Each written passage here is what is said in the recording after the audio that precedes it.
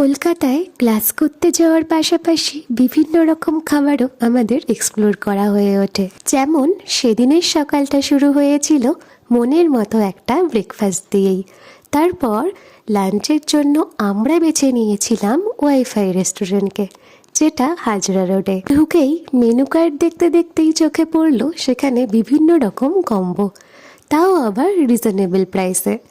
আমরা অর্ডার করেছিলাম পোলাও সাথে চিকেন কষার কম্বো, আর ছিল ভেজ ফ্রাইড রাইস সাথে চিকেন মাঞ্চুরিয়ানের কম্বো। প্রাইস হিসেবে কোয়ান্টিটি অ্যান্ড কোয়ালিটি দুটোই কিন্তু পারফেক্ট ছিল। বিশেষ করে পোলাও সাথে চিকেন কষার কম্বোটা অসম্ভব সুন্দর লেগেছিল। তোমরা যদি রিজনেবল প্রাইসে এত সুন্দর কম্বো ট্রাই করতে চাও তাহলে তো ঝটপট চলে আসতে হবে।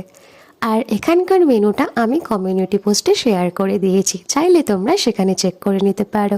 চলো টাটা।